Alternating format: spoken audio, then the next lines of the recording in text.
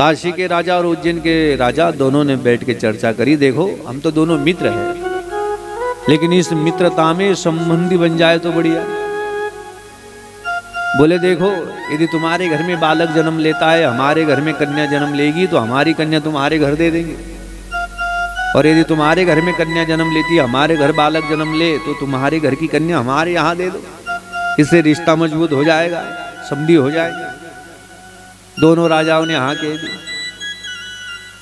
काशी के राजा ने भी हाँ कही, उज्जैन के राजा ने भी हाँ कही। भाई ऐसे ही दोनों का निर्णय हुआ। आगे जाके ऐसी समस्या पैदा हुई कि जो समस्या हो ही नहीं चाहिए। कौन सी समस्या हुई महाराज? समस्या ऐसी हुई कि इस राजा के घर भी पुत्र पैदा हुआ और उस राजा के घर भी पुत्र पैदा हुआ। अब दोनों जगह पुत्र पैदा हुआ, परेशानी में दोनों। अब बताए, काशी के नरेश ने जैसे पूछा, अरे महाराज बधाई हो, हमारे घर में पुत्र पैदा हो गया। अब पूछा उज्जैन के नरेश को, आपके घर में क्या है? अब पहले की बात ऐसी थी, अब छोड़ो, पहले की बात बताओ। घर में बेटा पैदा हुआ या बेटी पैदा हुई, सबसे पहले बात पता चलती माता को, फिर बाद 1-2 दिन के बाद राजा को बात जाती, माने पहले माता को पता।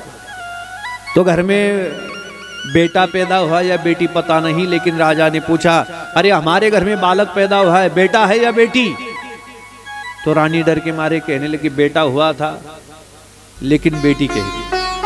अब जैसे बेटी कही महाराज, राजा को आनंद आया। राजा ने जैसे ही न्योता भेज दिया, महाराज बधाई हो, तुम्हारे घर में बालक पैदा हुआ, हमारे घर में बालिका। माने आपकी बात सच हुई, अब हम दोनों संबंधी हो गए। आपण आता दोघं काय झालो, व्याही होणार, लग्न करायची तयारी। लहान बाल्य अवस्थेमध्ये दिवस त्या ठिकाणी वाढत गेले। इकडे त्या राणीने खोटं सांगितल्यामुळे त्या मुलाला मुलीसारखं सजवायला लागलं। जोपर्यंत लहान होती तोपर्यंत सजवायला लागलं। लग्नाची वेळ आली, लग्नाची तारीख ठरली। राणी टेन्शन मध्ये, राजा आनंदामध्ये, प्रजा खुश। तिकडे काशीला आनंद चालला, लग्नाची तारीख ठरली आणि मग परिणाम असा झाला, एक दिवशी ती राणी घाबरली आणि घाबरल्यानंतर राजाला सांगितलं, राजा मला क्षमा करा, मी तुमच्याजवळ खोटं बोलली की आपल्या घरामध्ये मुलगी जन्माला आली। मुलगी नाही, आपल्या घरात मुलगाच जन्माला आलेला आहे आणि मुलगा जन्माला आलेला आहे असं सांगितल्यानंतर राजा क्रोधित झाला आणि राजा क्रोधित होऊन राजा त्या ठिकाणी म्हणायला लागला, माझ्याशी खोटं बोलला। तेवढ्यात राणीने त्या ठिकाणी हात जोडला, क्षमा करा राजे, आपलं वचन त्या ठिकाणी खोटं जाऊ नये, आपलं वचन त्या ठिकाणी मागं फिरू नये, म्हणून मी तुमच्याजवळ खोटं बोलली। राजाला विनंती केली। आता राजाला विनंती केल्याच्या नंतर राणी आणि तो मुलगा त्या काशी क्षेत्रामध्ये गेला। दैव संयोग ऐकाणा, काशी क्षेत्रातल्या पहिल्या घाटावर गेला, ज्या घाटाचं नाव अस्सी घाट आहे, आणि त्या घाटावर संत तुलसीदासांची भेट झाली। कोणाची भेट झाली? संत तुलसीदासांची भेट झाली।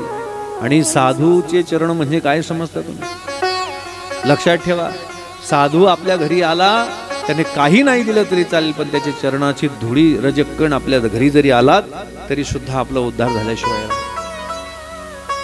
जैसे ही तुलसीदास जी का आगमन हुआ, पुत्र ने माता ने दोनों ने प्रणाम किया, दोघांनी प्रणाम केला आणि प्रणाम केल्याच्या नंतर त्या ठिकाणी तुलसीदासांनी आशीर्वाद दिला।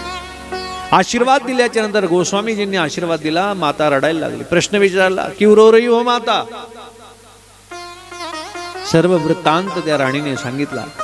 घरामध्ये मुलगी जन्माला येणार म्हणून आनंद झालेल्या राजाला आज कळालं की आपल्या घरात मुलगी नाही, मुलगा जन्माला कळत नाही, आता काय करावं? राजा क्रोधित झालेला आहे।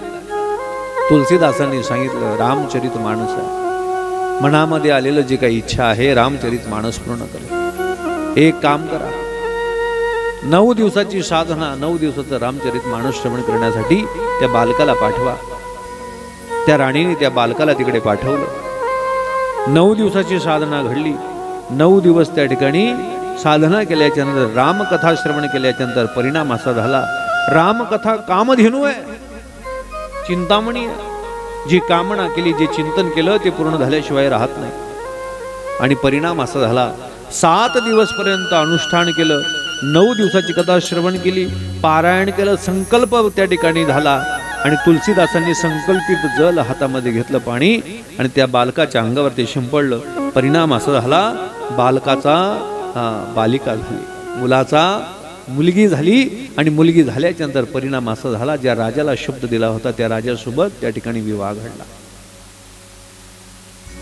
माणसमध्ये चर्चा वर्णन आहे. ज्या माणसाचा आश्रय घेतला, ज्याची साधना केली, तर तुका म्हणे आम्ही जी जी